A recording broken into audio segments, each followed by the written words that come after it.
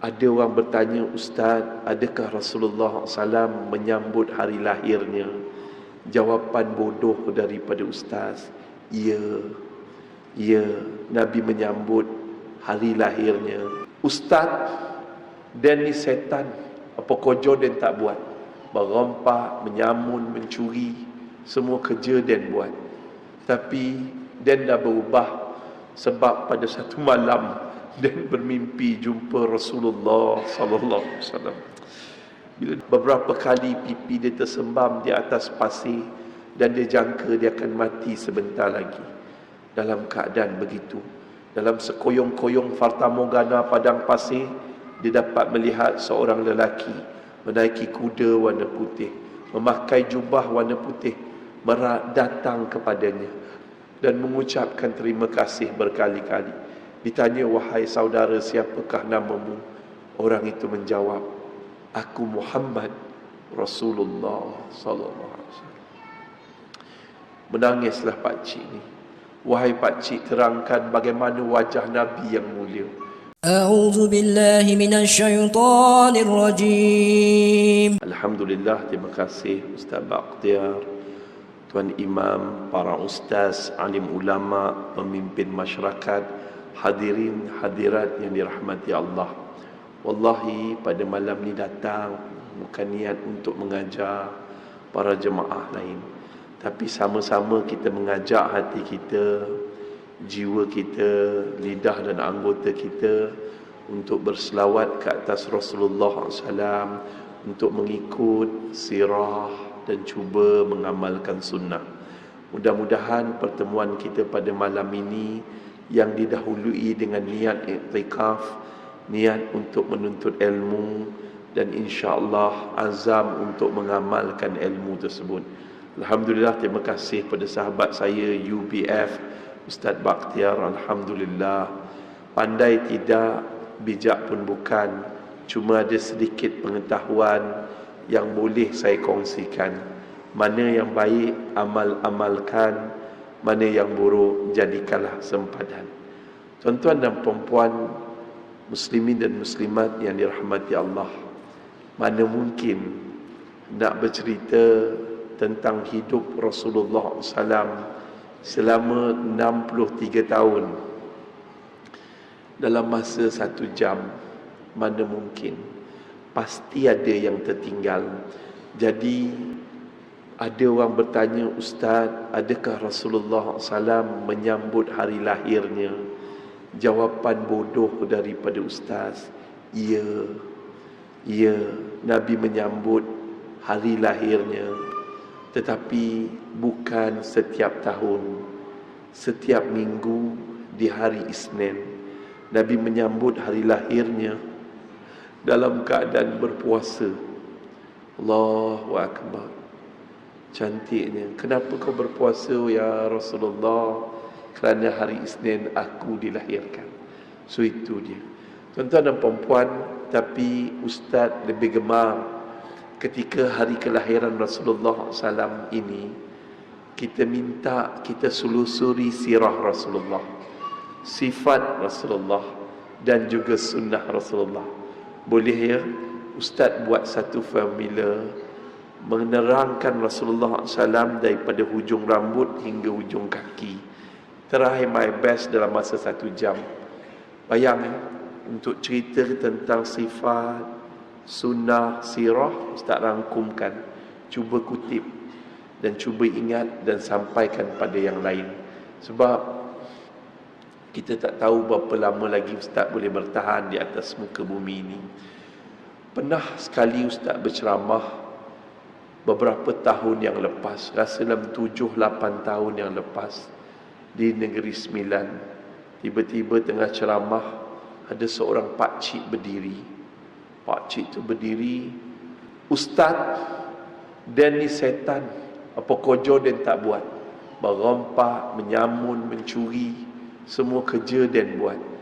Tapi dia dah berubah sebab pada satu malam dan bermimpi jumpa Rasulullah sallallahu alaihi wasallam.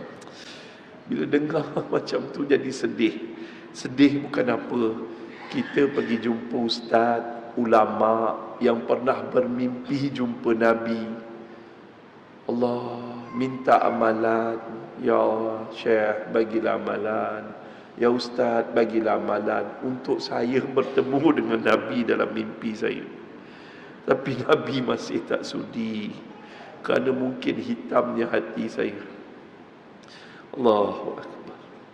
Banyak sangat dosa sampai Nabi tak datang bertemu kita dalam mimpi kita. Jadi saya tanya pakcik, wahai pakcik yang mulia, terangkan bagaimana pakcik boleh bermimpi jumpa Rasulullah SAW. Dia kata, Ustaz, pada satu malam dia bermimpi dia berada di tengah-tengah padang pasir. Padang pasir, kiri, kanan, depan, belakang, saujana mata memandang padang pasir saja. Dia berjalan berjam-jam berbatu-batu. Berjalan, penat berjalan merangkak untuk mencari seteguk air untuk diminum meneruskan kehidupan. Selepas merangkak, bersusah payah merangkak, beberapa kali pipi dia tersembam di atas pasir dan dia jangka dia akan mati sebentar lagi. Dalam keadaan begitu, dalam sekoyong-koyong fatamorgana padang pasir, dia dapat melihat seorang lelaki menaiki kuda warna putih, memakai jubah warna putih, datang kepadanya, rangkul tengkuk dia, beri dia minum air. Tegukan pertama dia rasa dahaganya hilang untuk selamanya. Tegukan kedua dia rasa tenaga dia lebih hebat dari sedia kala. Lantas dia bingkas bangun dan memeluk orang tersebut dan mengucapkan terima kasih berkali-kali. Ditanya, wahai saudara, siapakah namamu? Orang itu menjawab, aku Muhammad, Rasulullah sallallahu alaihi wasallam. Menangislah pakcik ni. Wahai pakcik, terangkan bagaimana wajah Nabi yang mulia. Dia kata, Masya Allah, wajah Nabi berseri-seri. Datang menaiki kuda warna putih, memakai jubah serba putih, memegang tongkat berwarna putih. Rambut Nabi yang panjang cecah ke bahu berwarna putih. Janggut Nabi yang panjang sampai ke perut berwarna putih. Saya terus kat, pakcik, itu bukan Nabi, itu Gandalf, Lord of the Ring. Ramai sangat orang di luar sana menipu, bersembang di kedai kopi, kononnya mimpi jumpa Nabi. Pakcik tu bila saya cakap macam tu, agaknya dia marah. Dia kata, Ustaz, bukankah ada satu hadis yang sahih, barang sesiapa yang bermimpi aku, itu akulah, kerana syaitan tidak mampu merupai aku walaupun dalam mimpi. Namun saya jawab, pakcik, itu bukan Nabi, mungkin kiai, mungkin orang-orang yang lain, tapi itu bukan Nabi. Tak kenal maka tak cinta. Jom pujuk hati kita malam ni, kita cuba kenal Nabi dari hujung rambut hingga hujung kaki. Namun bukan sifatnya sahaja. Ustaz selit sirah dan Ustaz siramkan sikit dengan sunnah. Jom. Tuan-tuan dan puan-puan, rambut Rasulullah sallallahu alaihi wasallam berwarna hitam pekat. Rambut Nabi tebal, lebat, dan Nabi tidak membenarkan rambut Nabi menutup telinga. Rambut Nabi panjang, cecah ke bahu. Yang nak cecah ke bahu tu sedikit bergulung. Masya Allah. Ketika Rasulullah SAW wafat, Nabi dilahirkan 12 Rabiul Awal tahun Gajah, sebelum subuh hari Isnin. Nabi wafat 12 Rabiul Awal tahun 11 Hijrah selepas subuh hari Isnin.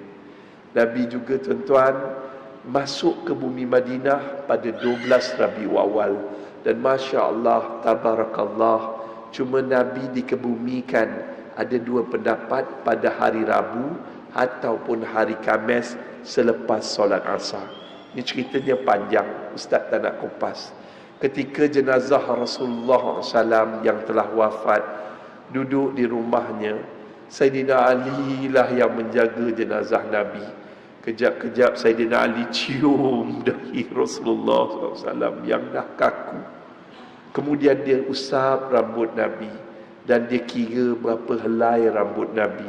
Didapati rambut Rasulullah SAW yang mulia, di bahagian kepala ada terdapat 10 helai uban saja. Di janggut Nabi yang mulia ada 4 helai uban.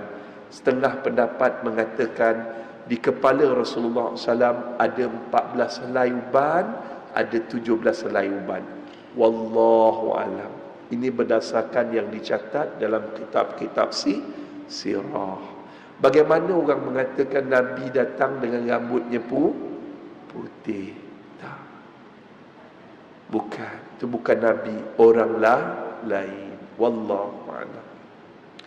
Tuan-tuan dan puan-puan, muslimin dan muslimat yang dirahmati Allah, di kepala Rasulullah SAW yang mulia ada 5 sunnah yang penting. Pertama, bersikat. Kalau rambut kita panjang, sikatlah. Kalau kita tak ada rambut, disunatkan juga. Kita botak, kita disunatkan juga menggunakan sikat tarik ke belakang. Sebab sunnah Nabi, mencintai Nabi, dapat pahala. Yang kedua, Masya Allah, di kepala Rasulullah SAW ada lagi satu sunnah, iaitu sunnahnya memakai serban.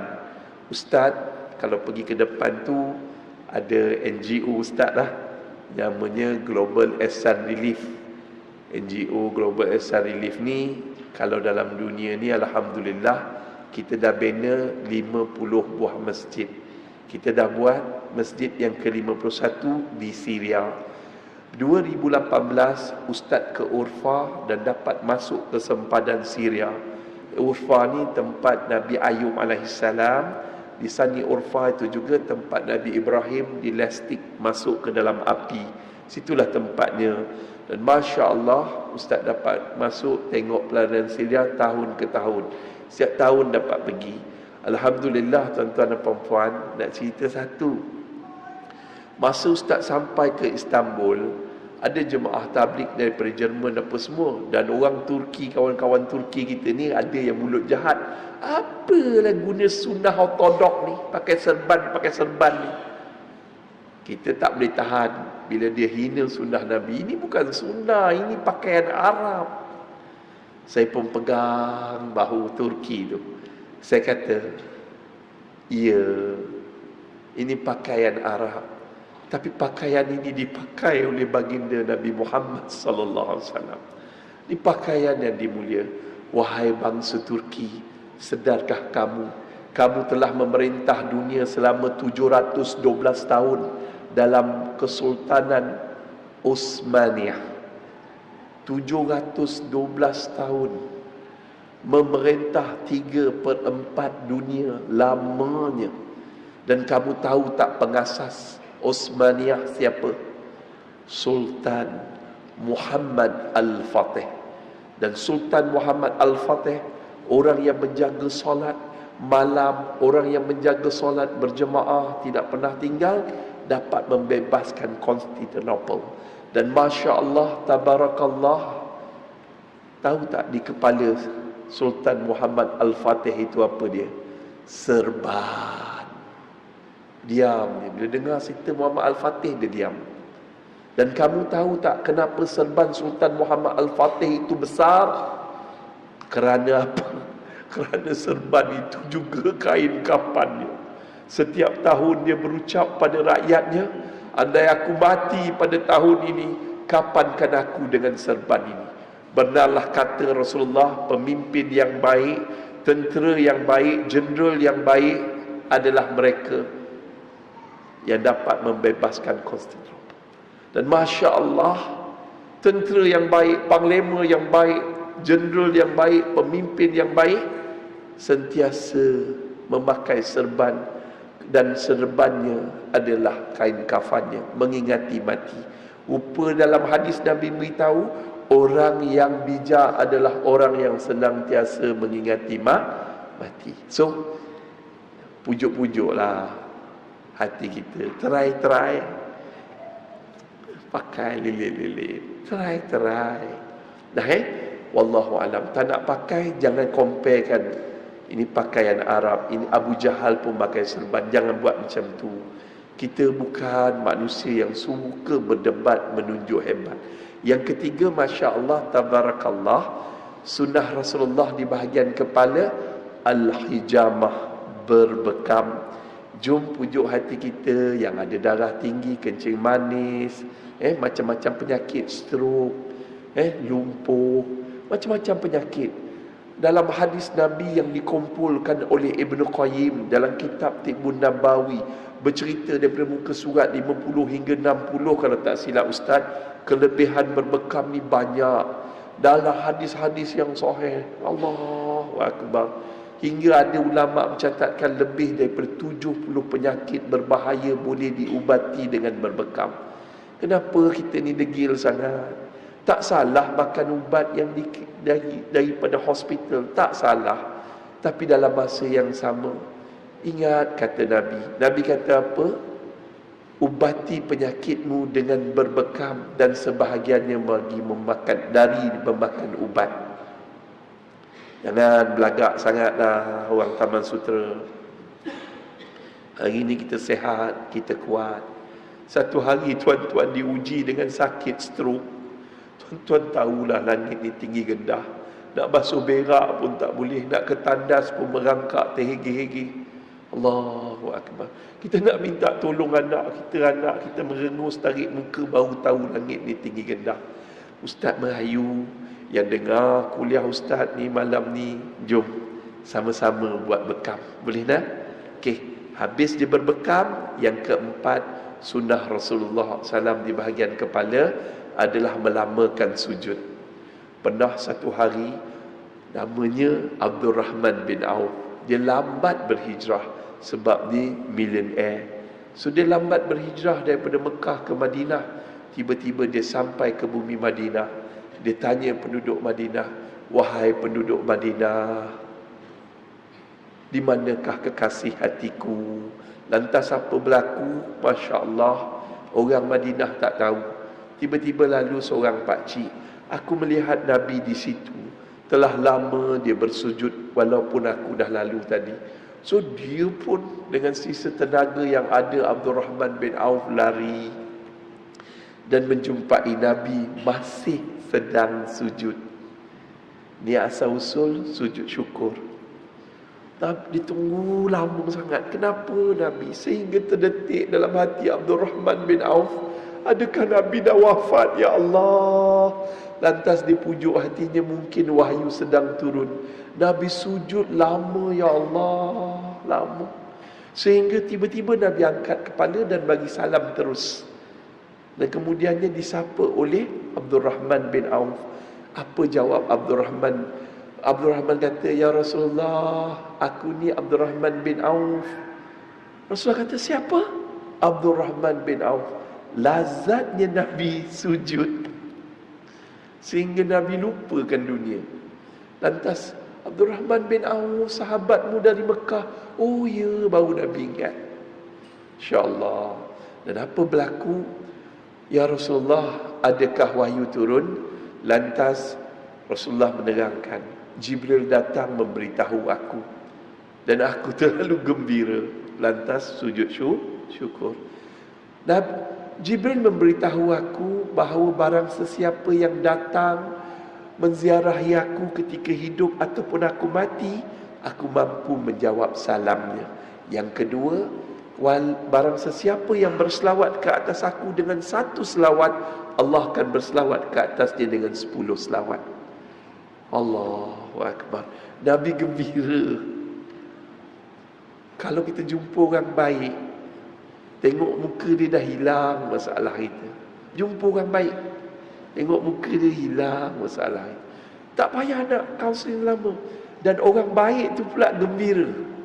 Dia tengah gembira, kita pun rasa, ya Allah, seronoknya kawan dengan dia. Ini manusia yang terbaik, berada dalam keadaan gembira, melakukan sujud syukur. Abdul Rahman bin, antara rahsia kejayaan, kekayaan Abdul Rahman bin Auf berganda-ganda ialah setiap hari dia melakukan sujud syukur. Jom, Lama sikit sujud. Kalau sujudmu kelang kabut, pasti hidupmu akan serabut. Sujud pun macam apa je, lamakan sikit. Bangun tahajud, dah habis. Dahi. Dan last sekali di kepala Rasulullah SAW, Nabi bercukur. Siapa yang ada masalah, Sayyidina Umar tak puas hati dengan Rasulullah kerana perjanjian Hudaibiyah berat sebelah. Umar memberontak, Rasulullah stres dengan perjanjian toleransi itu susah dan ditentang oleh Umar. Lepas tu dia kata tentera muslimin bercukur. Tak ada seorang pun nak bercukur sebab dia orang macam sokong Sayyidina Umar. Tetapi bila dia mengadu pada Aisyah, Aisyah kata, ya Rasulullah, kamu bercukur terlebih dahulu. Lepas Rasulullah SAW bercukur, semua sahabat bercukur. Tuan-tuan, dalam jemaah, sehebat pimpinan Rasulullah pun ada yang tidak bersetuju. Tetapi bila pemimpin merendah diri dulu, akhirnya semuanya ikut juga. Dah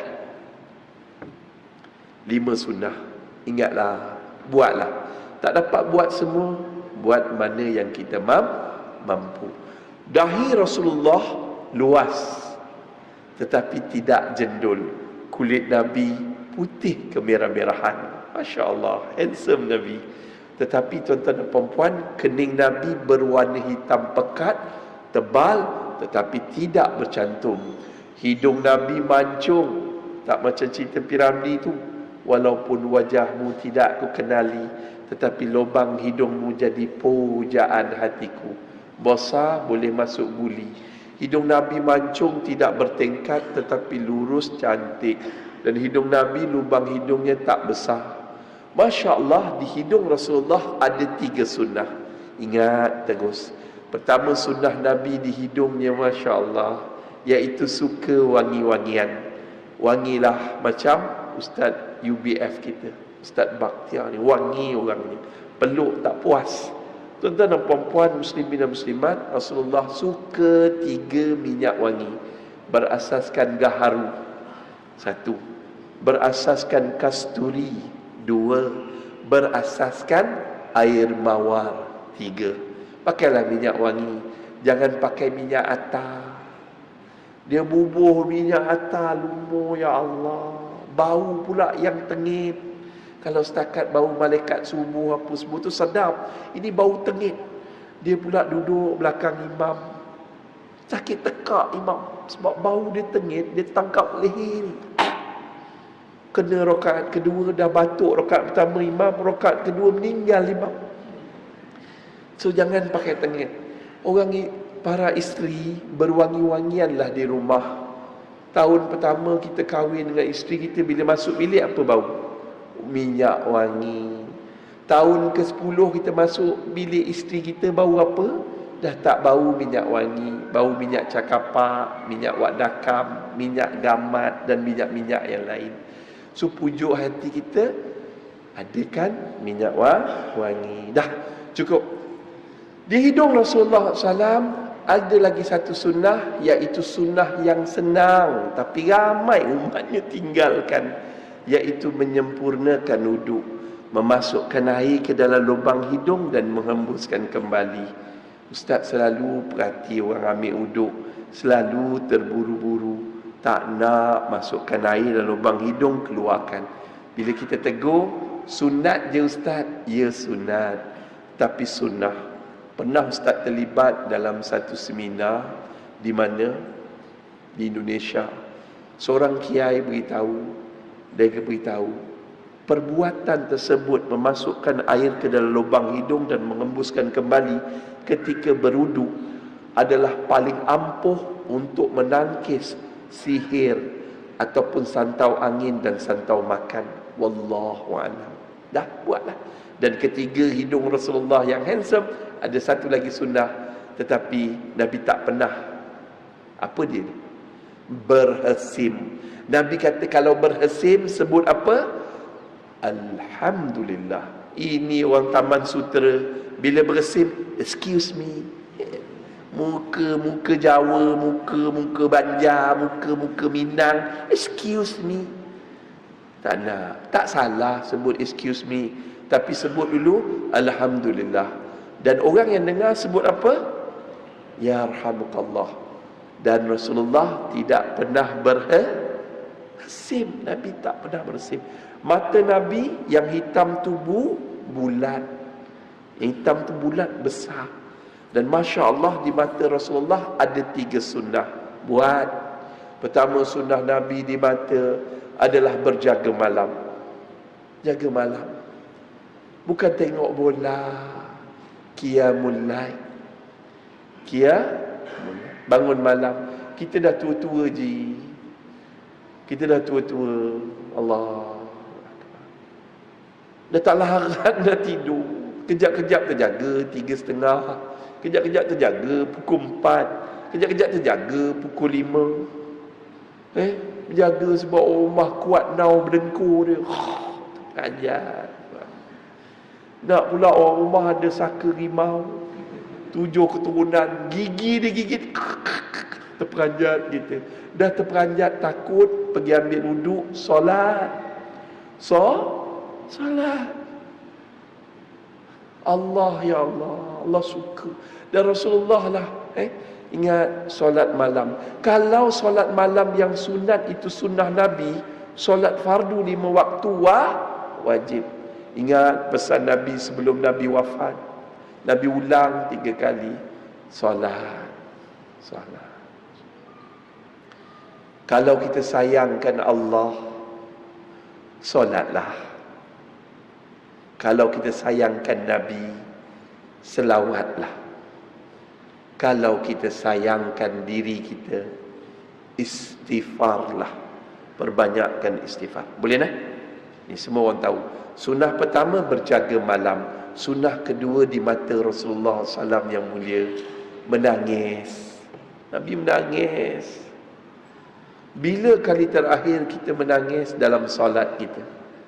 Tepuk dada, tanyalah iman kita. Kalau bukan sebab suami kita ada skandal, ada masalah perniagaan, kalau bukan sebab anak kita mengambil dadah, anak kita kurang hajar dengan kita, susah kita nak bangun malam, nak bertahajud, nak menangis dalam solat kita. Semua yang Allah timpakan pada kita ni sebenarnya untuk merapatkan kita dengan Allah. Solat. Nangis dalam solat. Nabi Muhammad SAW setiap kali mendengar ayat tentang neraka, Nabi menangis. Bukan menangis memikirkan diri dia, tapi dia menangis tentang azab neraka yang membakar umatnya. Dia menangis, ya Allah. Kita bila baca azab neraka, kita menguap belaka. Allah tak faham.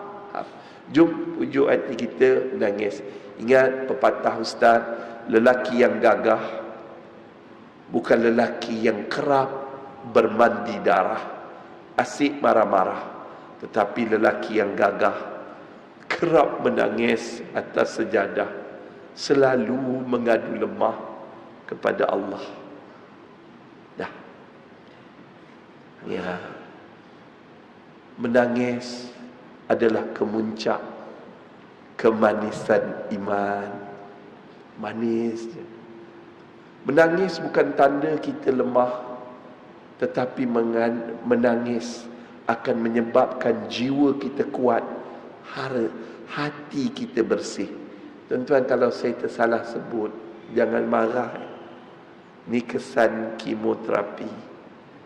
Kanser ni kalau lalu kemoterapi, kadang-kadang dia nak cakap satu benda, dia tersasul. Maaf ya. Habis lidah, habis mata dah, hidung dah, bibir. Bibir Nabi merah delima. Tak macam bibir kita, bibir suami kita. Bibir suami kita kalau dia baring sebelah tayar, tak tahu mana satu tayar, mana satu bibir. Kuat nau merisap rokok. Jangan. Cubalah berhenti benda tu. Tuan-tuan, bibir Rasulullah SAW yang mulia berwarna merah. Masya Allah. Bibir Nabi ada 3 sunnah. Pertama, suka senyum. Senyumlah. dah pakaian sunnah, dah cantik, solat berjemaah, dah bagus dekat masjid. Keluar masjid, muka macam The Undertaker. Siapa yang aku nak cabut nyawa? La ilaha illallah. Sunnah Nabi senyum. Senyumlah macam mana kita senyum ketika membeli nasi lemak anak dara ataupun janda. Tahu senyum. Tapi dengan sesama Muslim, Waalaikumsalam. Senyum. Orang yang masam, pepatah Arab mengatakan, orang yang masam adalah orang yang menderhakai dirinya sendiri. Kamu ada hak untuk bahagia, tapi kenapa kamu seksa diri anda sendiri? Senyum. Nombor dua, sunnah Nabi memang wajahnya manis, senyum. Saya tahu ramai yang simpan misai macam galak ni, tapi senyum pasti menawan. Habis. Bibir Rasulullah SAW yang mulia mendahului salam. Ini pun orang yang mendahului salam, kata Nabi, tercabut daripada hatinya perasaan takabur. Jangan perasaan sombong. Jumpa orang Bangladesh, Assalamualaikum. Bangladesh tu ingat lagi haji. Oh, haji ni bagi salam. Assalamualaikum. Assalamualaikum, ya Allah. Jumpa pekerja kontrak Indonesia, Assalamualaikum. Saya teringat bila sebut Indonesia, ada satu hari tu saya suruh orang perempuan solat di rumah. Kalau tak ada siapa-siapa kat rumah, solat tarawih di rumah. Suruhlah bibi jadi imam, awak jadi makmum. Datin ni pun dia dengar cakap saya. Nak pergi masjid jauh, badan pun tak sihat, dia suruh bibi dia jadi imam. Bibi yang kerja dengan dia 7 tahun tu jadi imam, dia jadi makmum, anak-anak perempuan dia semua sembahyang kat rumah. Masya Allah, bibi punya bacaan sedapnya, ya Allah. Lantas anak-anak ditanya, belajar di mana? Kami orang Indonesia wajib belajar di pondok. Bila disoal-soal, dia hafal 30 juzuk Quran. Walaupun orang panggil kita datin, kita kena hormat pembantu rumah kita yang Indonesia tu, sebab di dadanya ada Al-Quran. Masya Allah, tuan-tuan. Kita kat dunia ni ada pangkat, dekat akhirat belum tentu. So pujuk hati kita menyebarkan salam. Nabi bila masuk Madinah, Nabi sebut apa? Sebarkan salam, beri makan, qiyamul lail, dan juga eratkan silaturahim. Kalau hati orang busuk, dia nak sebar salam tu tak cantik. Sebar salam jumpa anak muda, Assalamualaikum. Jumpa orang atas motor, Assalamualaikum. Boleh tak? Sunnah Nabi simple-simple je, tapi berat now kita nak buat. Sebab apa? Sebab hati kita, hati saya ada masalah. Sebarkan salam. Yang ketiga, sunnah di bibir Rasulullah SAW ni best. Yang ketiga, iaitu apa dia? Nabi suka kucup dahi orang. Nabi kalau sayang Saidina Abu Bakar, dia cium dahi. Dia sayang sangat cucu cicit dia, cucu dia Hasan Hussein, cium dahi. Ni kadang-kadang anak kita, bila kali terakhir kita cium dahi anak kita? Sebab tu anak kita jarak, jauh, tak nak rapat dengan kita. Sebab kita ni keras sangat dengan anak-anak. Cium dahi. Cium. Boleh tak? Habis. Gigi Nabi putih. Tak ada karat.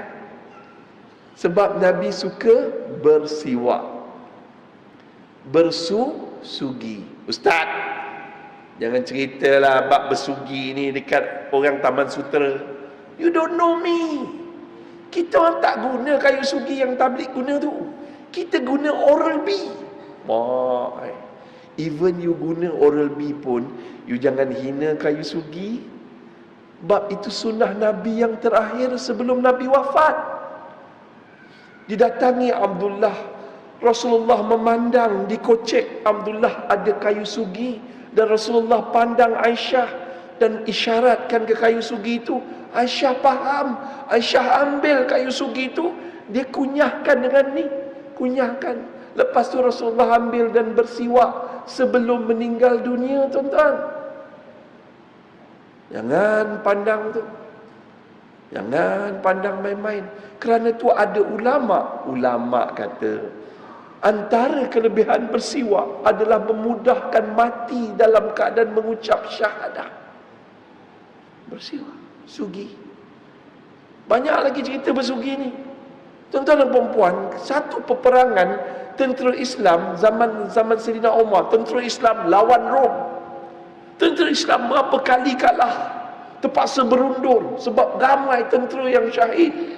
Tiba-tiba Sa'ad bin Abi Waqqas dan juga Khalid bin Walid minta bincang, hantar utusan balik ke Madinah jumpa Sayyidina Umar. Umar kata, kau balik beritahu diorang. Beritahu apa? Bila sampai Sa'ad bin Abi Waqqas tanya, mana utusan, mana baju besi, mana pedang, mana panah, mana tentera berkuda, mana? Tak ada. Apa Amirul Mukminin kata? Dua, luruskan saf dan bersiwak. Ya Allah, saya setiap kali cerita benda ni saya seram. Mereka yang terlibat dalam peperangan tersebut, kebanyakan sahabat Nabi, sembahyang bersama Nabi, dapat peluk Nabi, cium Nabi, bersama dengan Nabi dalam perjuangan ketika Rasulullah SAW masih hidup. Tetapi tuan-tuan, ketika memerangi Rom, tentera Islam beberapa kali kalah. Sedangkan mereka ni sahabat Nabi. Mereka kalah sebab meninggalkan dua sunnah. Allah, bersiwak dan luruskan saf. Dia tinggal dua sunnah ni. Bantuan Allah tak turun. Selepas Amirul Mukminin Sayyidina Umar kata, bersiwak, luruskan saf, mereka pun pergi ambil ranting-ranting dan bersiwak. Dan mereka meluruskan saf. Bantuan Allah turun. Islam menang menentang Rom dan membebaskan Rom daripada penyembahan kepada maharaja yang kejam, kepada sistem keadilan menyembah Allah yang esa. Ya Allah, saya memang itu pasal, ya Allah, benda ni tepuk dada, tanyalah iman kita. Berapa banyak sunnah Nabi yang kita tinggalkan. Allahu Akbar. Bilalah kita rasa Allahu Akbar. Ini tuan-tuan fikir sendirilah. Tuan-tuan dan perempuan, muslimin dan muslimat yang dirahmati Allah, gigi Nabi bersiwak. Janggut Nabi menyimpan janggut. Dada Nabi bidang. Ni atas lekuk ni sampai ke bawah pusat. Bawah pusat ada bulu halus, lurus dia sampai ke bawah. Dada Nabi berbulu lebat tetapi tak panjang. Dada Nabi bidang, dada dan perut Nabi sama rata. Masya-Allah, Nabi handsome. Masya-Allah. Tapi apa dia? Di dada Rasulullah SAW yang mulia ada seketul hati. Hatinya baik sangat. Pernah dalam peristiwa hijrah, dia dikejar oleh pembunuh upahan yang paling kejam dan pembunuh upahan yang paling mahal. Namanya Suraqah bin Malik. Bila Suraqah bin Malik nampak Rasulullah dan Abu Bakar, dia pecut kuda, ambil pedang nak pancung kepala Nabi. Dah nak kena dah. Tapi bantuan Allah, kaki kuda Suraqah terpijak seketul batu. Suraqah terpelanting ke atas padang pasir dan kemudiannya Suraqah bikas bangun, ambil pedang, berlari ke arah Nabi. Lagi sekali cubaan memancung kepala Nabi, tapi bantuan Allah turun. Kaki Suraqah terpijak pasir jelus. Kedua belah kakinya terpijak pasir jelus. Makin kuat dia meronta, makin pantas pasir jelus ke arah dada. Dan ketika itu, Masya Allah, Tabarakallah, Nabi yang dah lari jauh patah balik. Nabi membuka serbannya, baling ke arah Suraqah untuk mengeluarkan Suraqah daripada pasir jelus. InsyaAllah. Abu Bakar dah lari jauh patah balik. Ya Rasulullah, bukankah orang ini ingin membunuhmu? Nabi pandang tepat ke mata Saidina Abu Bakar sambil berkata, "Wahai Abu Bakar, bukankah dia juga umatku?" Allah, bersihnya hati Nabi, ya Allah. Bukankah Surakah juga umatku? Orang nak bunuh Nabi, Nabi bukan sekadar maafkan. Allahu Akbar. Nabi tolong lagi. Akhirnya Surakah jatuh cinta dengan akhlak Nabi yang mulia, jatuh cinta dengan kebersihan hati Nabi, kesucian hati Nabi.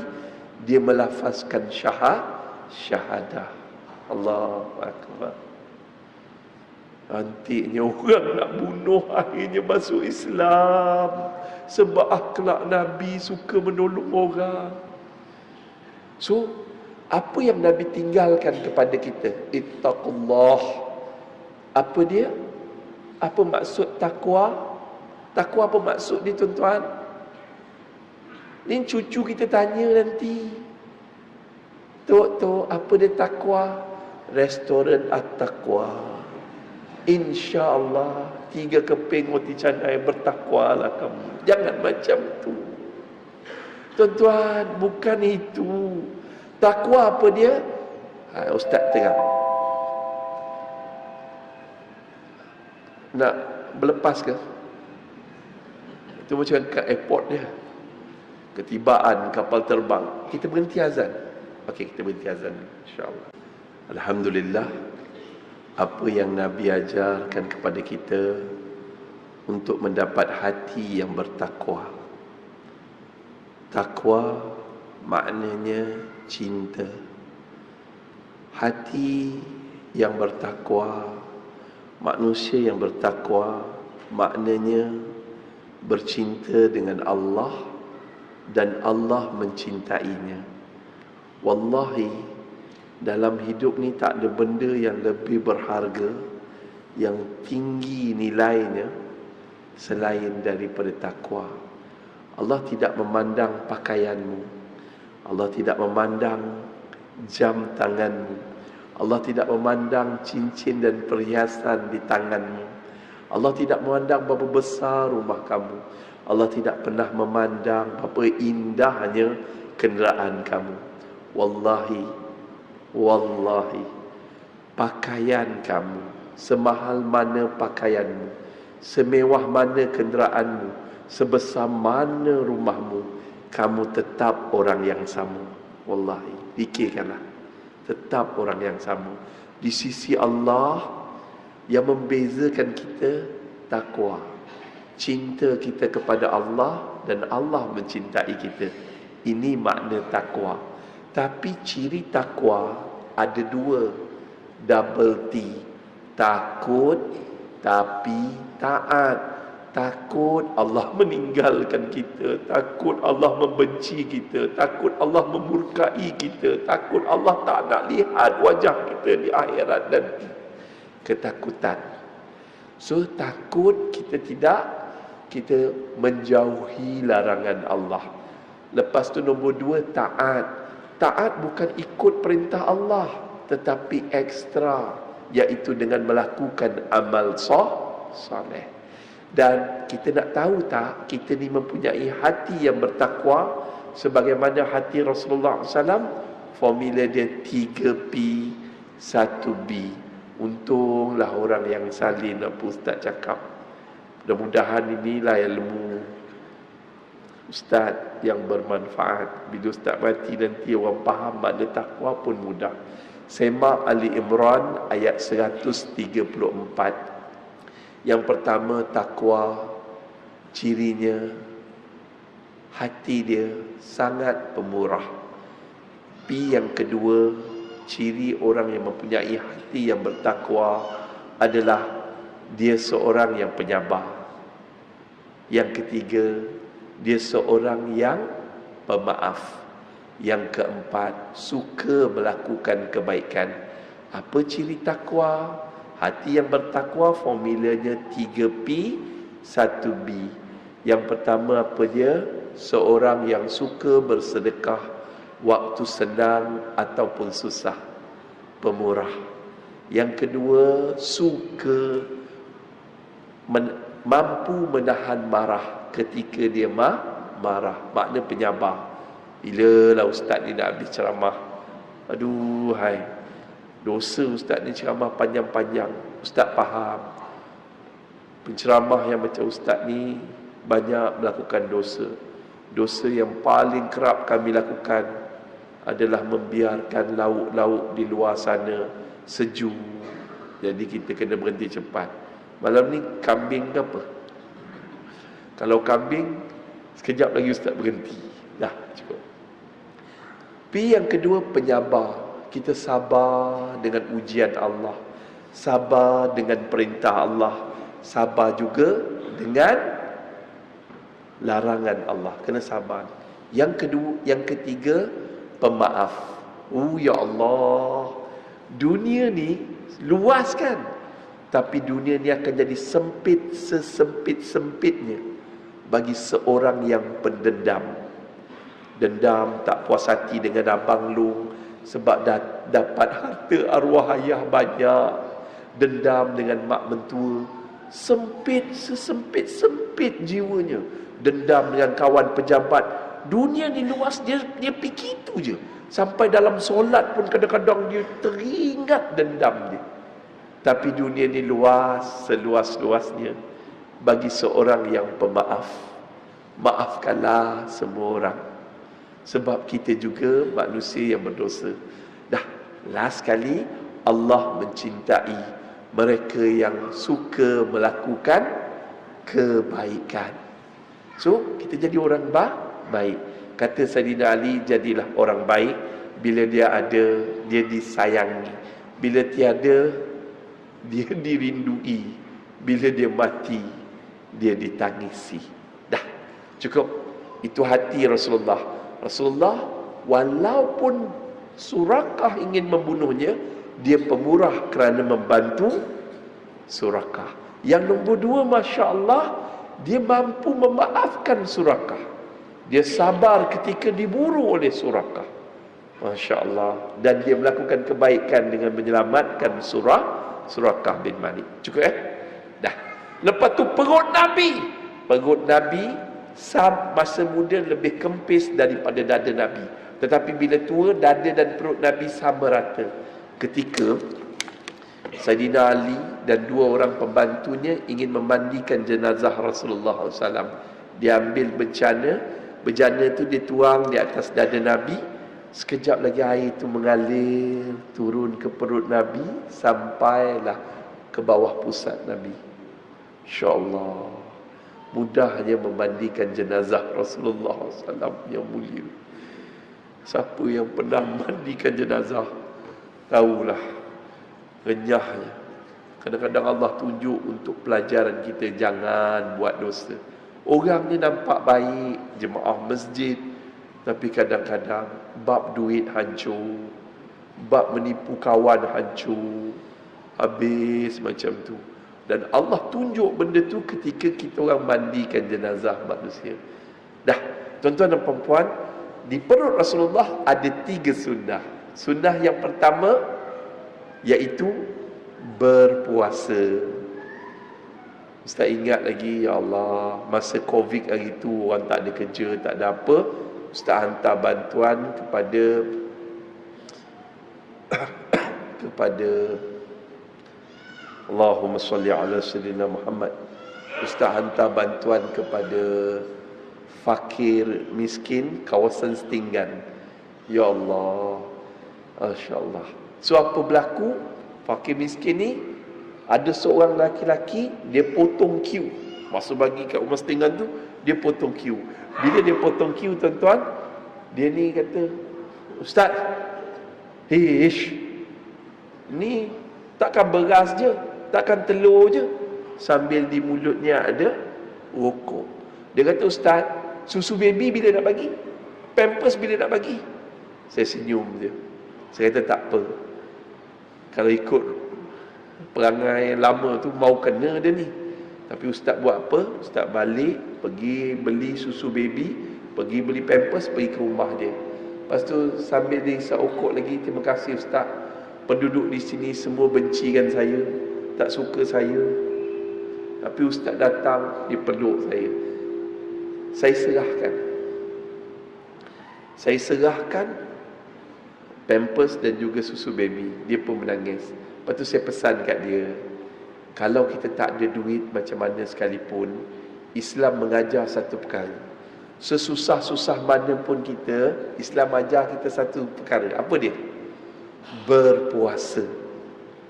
Puasa mengajar kita menundukkan nafsu, dan juga puasa mengajar kita berjimat cermat. Kena ingat tau, kita makan pagi sahur, makan malam ketika berbuka.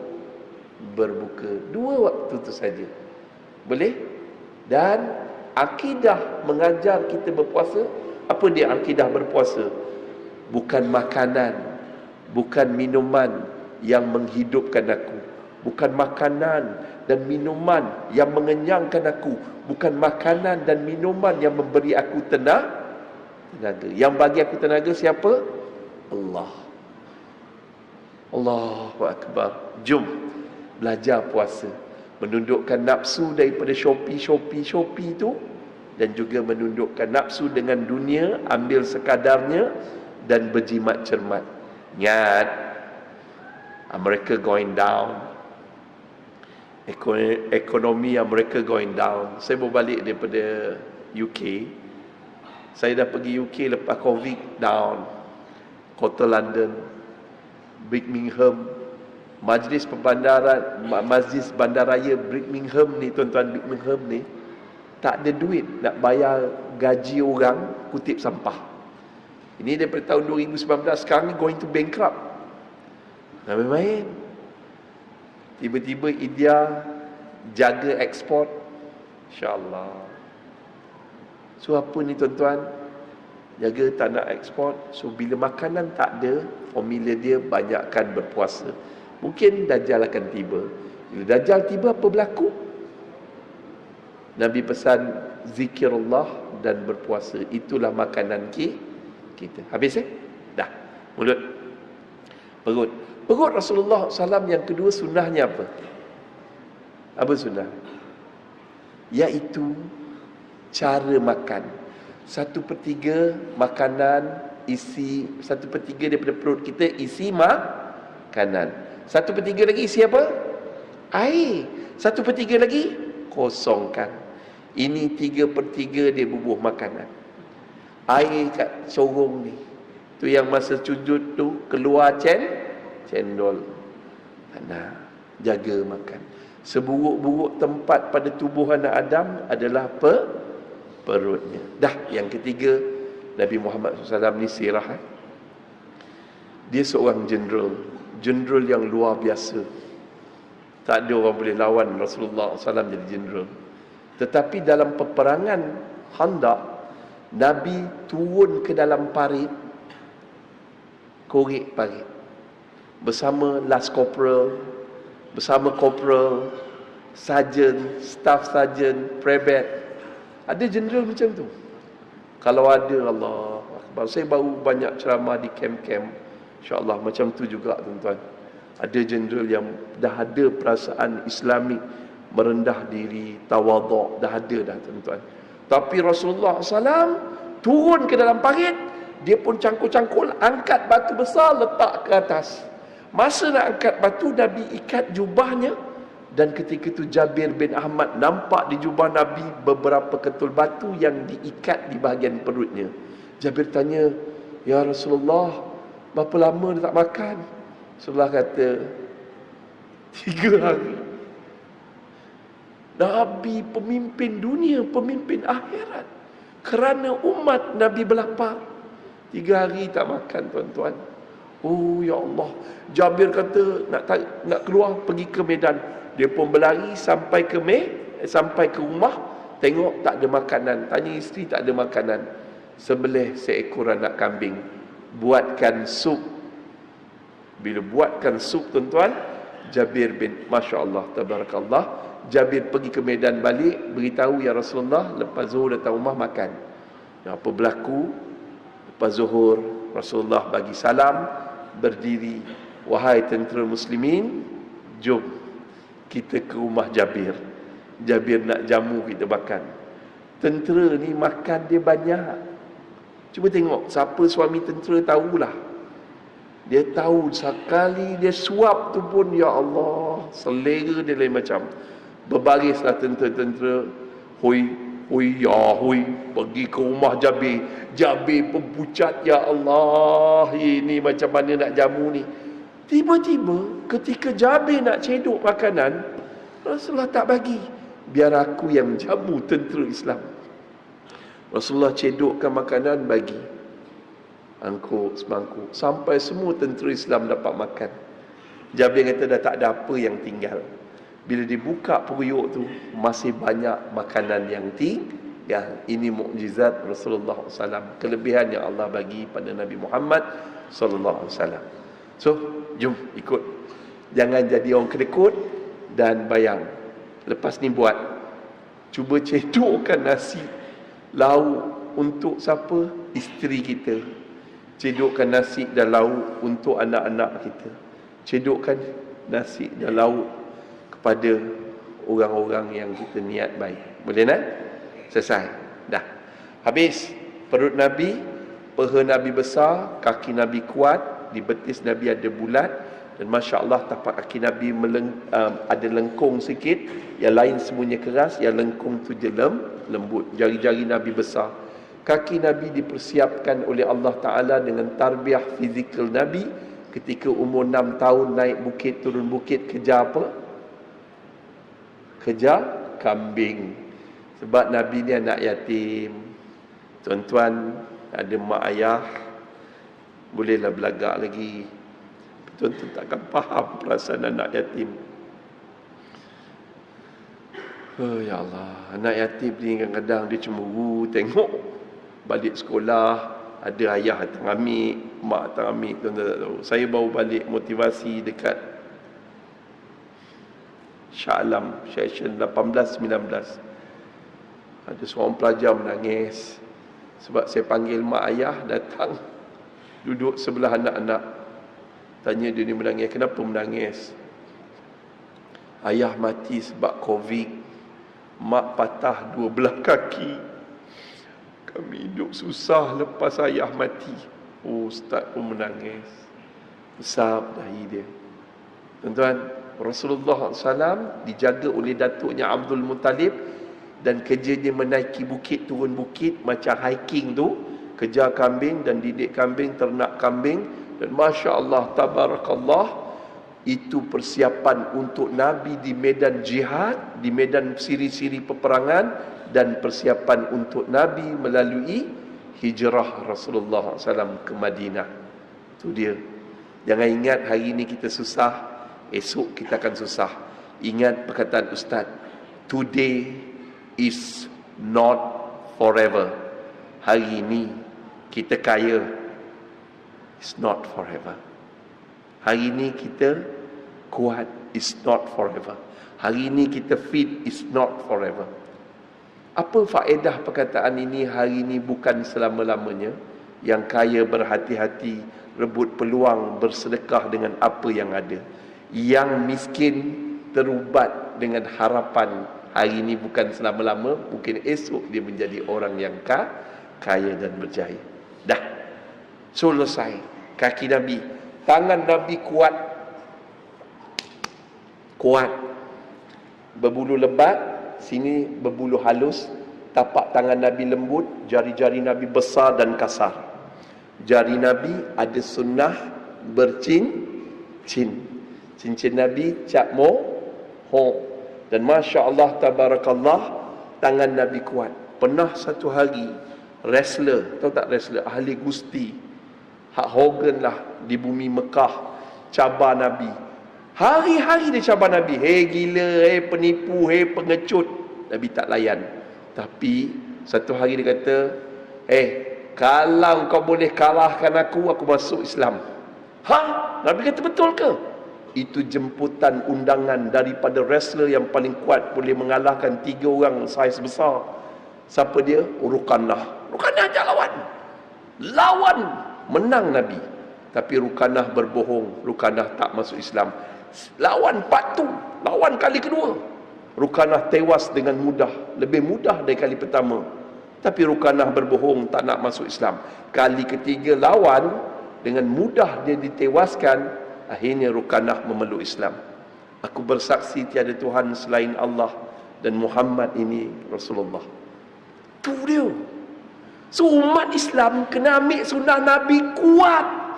Sakit macam mana, macam saya seorang sakit kanser. Allahu Akbar. Tanyalah PA saya, minggu ni memang tak larat. Rasa ya Allah, minggu ni minggu akhir aku hidup ke ya Allah. Boleh dia cancel ceramah. Tapi bila fikir, orang, ya Allah, kau dah bagi aku tugas ni ya Allah. Kau dah bagi tugas malam ni kat Taman Sutera ya Allah. Aku datang Taman Sutera ni ya Allah. Tolonglah ya Allah, bagi sempurna tugas ni. Itu cita-cita. Jadi kita kena kuat. Kuat ni dia ada mind, body and soul. Mind kena kuat, mental kita kena kuat. Jangan ikut perasaan malas, sesama sikit tak datang mengajar kuliah. Bangkit berjuang. Nombor 2, body. Body kena jaga pemakanan, kena sihat. Jangan biarkan badan kita gemuk macam ustaz ni. Sebab terlalu banyak makan, kena kanser. Usus dah dipotong 1.4. Doktor anggarkan setahun je hidup lagi. Tapi Alhamdulillah berkat doa tuan-tuan yang ustaz tak kenal, sampai hari ni Allah masih pinjamkan masa meneruskan usia. Dah, tuan-tuan, jaga pemakanan. Tangan Nabi kuat, umat Islam kena kuat. Kalau tak kuat, kita akan dipijak. Hati-hati mengail tenggiri, takut terkena seikan parang. Hati-hati merendahkan diri, takut kepala dipijak orang. Kena kuat. Dah, Ustaz habiskan. Tangan Nabi, sunnahnya bersedekah. Boleh, tapi jangan jadi pemusnah sunnah. Pakaian sunnah, cakapnya sunnah, tapi penipu pakej haji dan umrah. Buat meniaga tipu orang, jangan buat macam tu. Kita jadi orang yang memusnahkan sunnah. So, apa sifat Nabi? Sidik, amanah, tabligh, nah, sidik, benar, bercakap benda yang benar, tindakan benar. Amanah, bertanggungjawab. Bertanggungjawab. Yang ketiga, sidik, amanah, tabligh, menyampaikan. Berapa ramai jiran-jiran kita yang belum Islam? Allah, kawan pejabat kita belum Islam. Kita tak terkeluar daripada mulut kita nak cerita Islam pada mereka. Malah kita malu nak bercerita tentang Islam pada mereka. Dan yang keempat, last sekali, iaitu fatanah. 4 ciri ni jatuh pada sahabat Nabi. Abu Bakar As-Siddiq, Amirul Mukminin Saidina Umar, amanah. Tabligh Uthman, mencetak Al-Quran dan mengedarkannya. Dan last sekali, fatanah, gedung ilmu, Saidina Ali. Dah, Ustaz ringkas-ringkaskannya. Sekali lagi Ustaz ulang, datang bukan nak mengajar, tapi untuk mengajar. Mengajar menyambut Maulid Rasul dengan 3S. Mengikuti sirah Nabi, kenal sunnah Nabi, dan cuba mengikuti sifat Nabi Muhammad sallallahu alaihi wasallam. Dah. So, sebesar-besar sunnah Nabi apa dia? Sebesar-besar sunnah Nabi apa dia? Salat. Semudah-mudah sunnah Nabi apa dia? Selawat. Sallallahu ala Muhammad, sallallahu alaihi wasallam, sallallahu ala Muhammad, sallallahu alaihi wasallam. Alhamdulillah, bismillahirrahmanirrahim.